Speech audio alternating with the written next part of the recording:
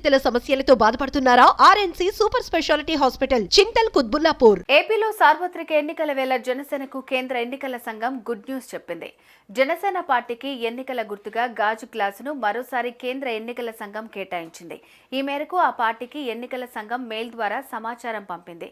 ఉత్తర్వుల పత్రాలను జనసేన అధినేత పవన్ కళ్యాణ్ కు మంగళగిరిలోని కార్యాలయంలో పార్టీ లీగల్ సెల్ అందజేసింది.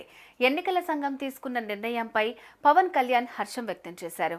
ఇటీవల తెలంగాణ అసెంబ్లీ ఎన్నికల్లో కిందటిసారి సార్వత్రిక ఎన్నికల్లోనూ జనసేన అభ్యర్థులు గాజు గ్లాసు గుర్తుపైనే పోటీ చేశారు. అయితే జనసేన పార్టీకి చట్టసభల్లో తగిన ప్రాతినిధ్యం లేకపోవడంతో నిబంధనల ప్రకారం ఎన్నికల సంఘం గతేడాది గాజు గ్లాసును ఫ్రీ సింబల్ గా ప్రకటించింది. తాజాగా జనసేన విజ్ఞప్తితో తిరిగి గాజు గ్లాస్ ను పార్టీ సింబల్ గా కేటాయించారు. ఈ నిర్ణయం పట్ల జనసేన నేతలు హర్షం వ్యక్తం చేస్తున్నారు.